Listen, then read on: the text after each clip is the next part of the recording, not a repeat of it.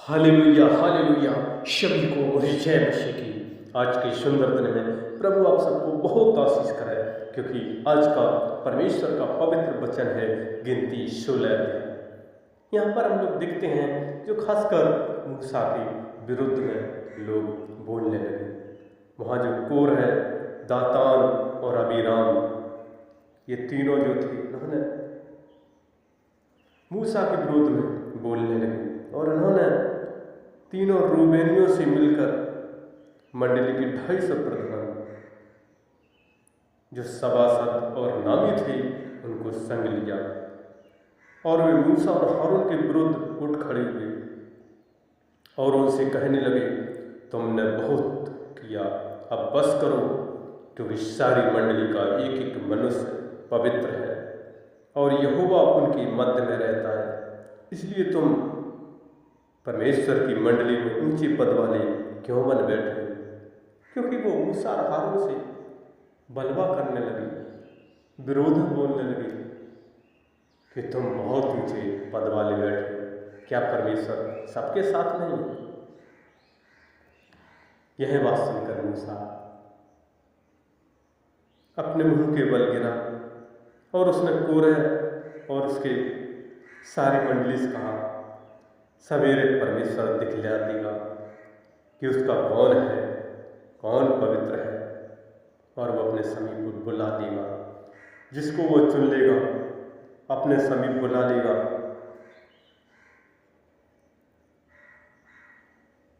इसलिए हे कोरे, तुम अपनी सारी मंडली समेत यह करो, अर्थात अपना अपना धूपदान ठीक करो और कल उनमें आग रखकर परमेश्वर के सामने धूप देना। जिसको परमेश्वर चुन ले वही पवित्र ठहरेगा। हे लेवियों, तुम भी बड़ी बड़ी बातें करते हो, अब बस करो, क्योंकि मूसा बता रहा है जो परमेश्वर जिसको पवित्र करता है उसके सामने धूप देना है, वही चुनेगा कौन पवित्र है, किसको चुना। और मूसा ने कहा, कल सारी मंडली को साथ लेकर हारून के साथ यहोवा के सामने हाजिर होना और तुम अपना धूपदान लेकर धूप देना, अपने 250 समेत परमेश्वर के सामने ले आना। और परमेश्वर के मिलाप वाले तंबू के द्वार पर खड़े हुए वो लोग। तब परमेश्वर का तेज सारी मंडली को दिखाई दिया। तब परमेश्वर ने मूसा और हारून से कहा, उस मंडली के मैं से अलग हो जाओ, मैं उन्हें पल भर में भस्म कर डालूं।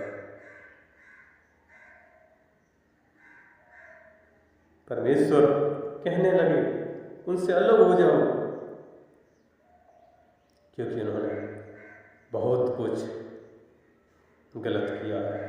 तब वो मुंह के बल गिर के कहने लगे, हे ईश्वर, हे परमेश्वर, हे राजाओं के राजा, हे परमात्मा, हे सब प्राणियों की आत्माओं के परमेश्वर, क्या एक पुरुष के पाप के कारण तेरा क्रोध सारी मंडली पर होगा?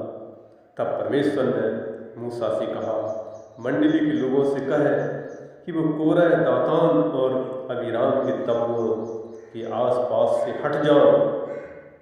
और मूसा उठकर पास गया और वृद्ध लोगों से कहने लगे कि दुष्ट मनुष्यों के डेरों के पास से आप हट जाओ, उनकी कोई भी वस्तु मत छू, कहीं ऐसा न हो कि तुम पापों में फंस कर मिट जाओ। और वो सभी वहाँ लोग थे वहाँ हट गए और वो तीनों अपने पत्नियों, बेटों, बच्चों से अपने डेरे के द्वार पर खड़े हुए। तब मूसा ने कहा, इससे तुम जान लोगे कि परमेश्वर ने मुझे भेजा है यह सब काम करूं, क्योंकि मैंने अपनी इच्छा से कुछ नहीं किया। यदि उन मनुष्यों की मृत्यु और सब मनुष्यों के समान हो और उसका दंड सब मनुष्यों समान हो, तब जानो कि परमेश्वर का भेजा हुआ नहीं हूँ। परंतु यदि परमेश्वर अपनी अनोखी शक्ति प्रकट करे और पृथ्वी अपना मुंह पसार उनको सब कुछ निकल जाए और वे जीते जी अधोलोक में जा पड़े, तो तुम समझ लो कि इन मनुष्यों ने परमेश्वर का अपमान किया है। वही बात कह ही चुका था कि भूमि उन लोगों के पांव के नीचे फट गई और पृथ्वी ने अपना मुंह खोल दिया और उनका और उनके घरद्वार का सामान और कोरे के सब मनुष्यों और उसकी सारी संपत्ति को भी निगल लिया और वे उनका सारा घरबार जीवित ही अधोलोक में जा पड़े और पृथ्वी ने उनको ढांप लिया और वे मंडली के बीच में से नष्ट हो गए।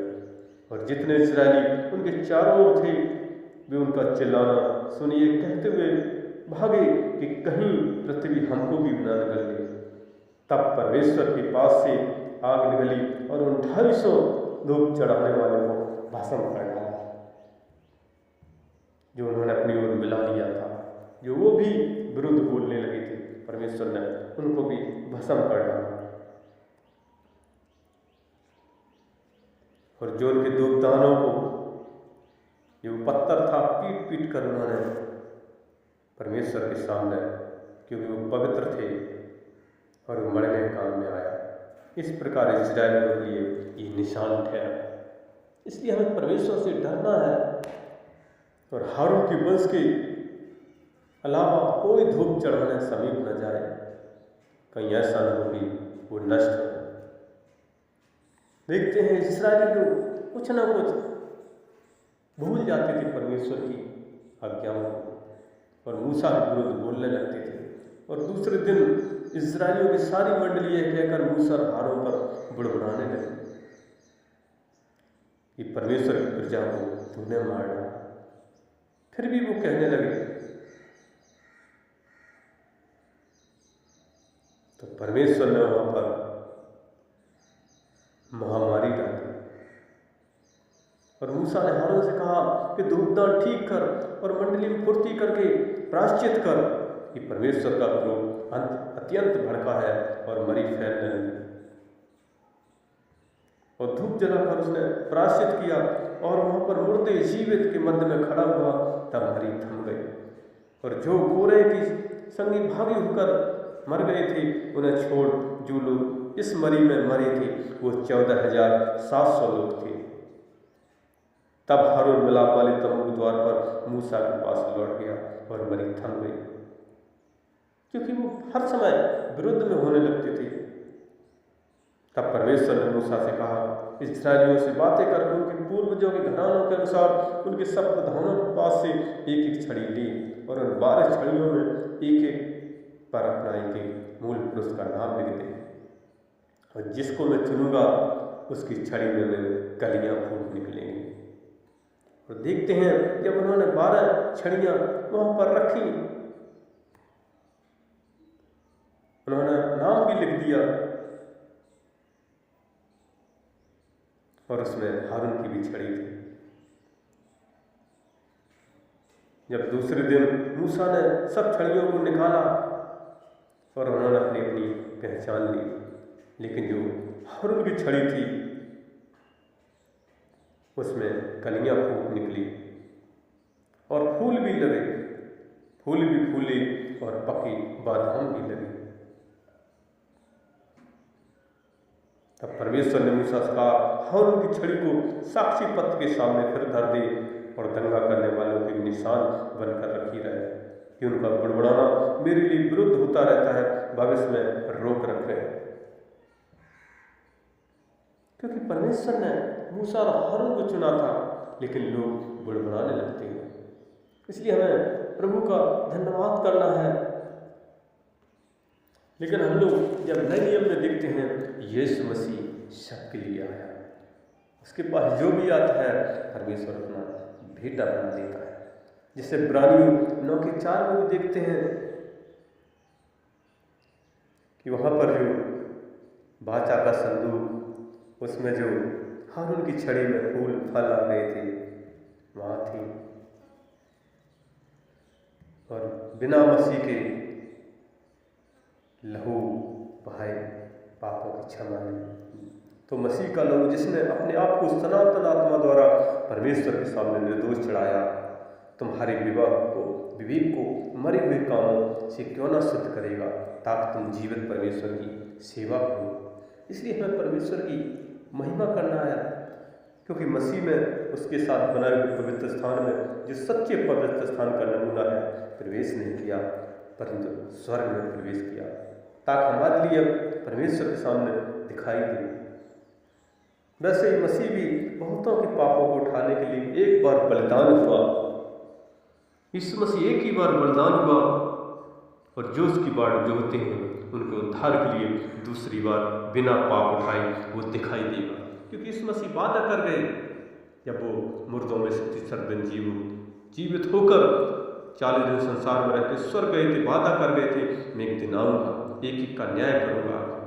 इसलिए हमें प्रार्थना करनी है, स्तुति करनी है, धन्यवाद करनी है कि वो किस समय आ जाए, और यहाँ पर भी कब टाइम किस समय यहाँ से जाना पड़े कोई पता नहीं। इसलिए उसकी महिमा करें, आराधना करें, प्रार्थना करें, और इस वचन के द्वारा प्रभु आपको बहुत आशीष करें। और हमारा अगला वीडियो देखने के लिए हमारे इस नए चैनल को आप लाइक और सब्सक्राइब जरूर करें। धन्यवाद।